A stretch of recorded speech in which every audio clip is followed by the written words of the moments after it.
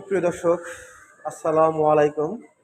আমি এই মুহূর্তে আছি মানিকগঞ্জের সাতক্ষীরা উপজেলার স্বাস্থ্য কমপ্লেক্সে। দেখতে পাচ্ছেন যে আমার সামনে একটি মৃতদেহ পড়ে আছে। এটা হাসপাতালের মর্গেই বলা চলে। হাসপাতালের মর্গে গতকাল বিদ্যুৎ স্পষ্ট হয়ে কিন্তু এই ব্যক্তিটি মারা যান।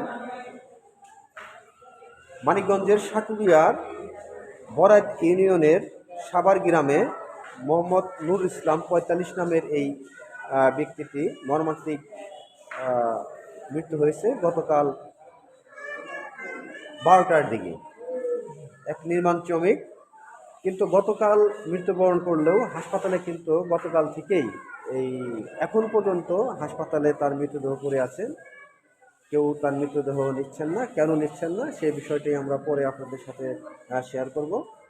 এই নির্মাণ শ্রমিকের বাড়ি সাভার এলাকায়। সুপ্রিয় দর্শক, যেটা বলতে চাচ্ছি সেটা হলো যে আসলে এই মৃতদেহটি কেন এতক্ষণ পড়ে রয়েছে সে ব্যাপারে আমরা কথা বলার চেষ্টা করেছি এবং নিশ্চিত হয়েছি যে গতকাল ১২টার দিকেই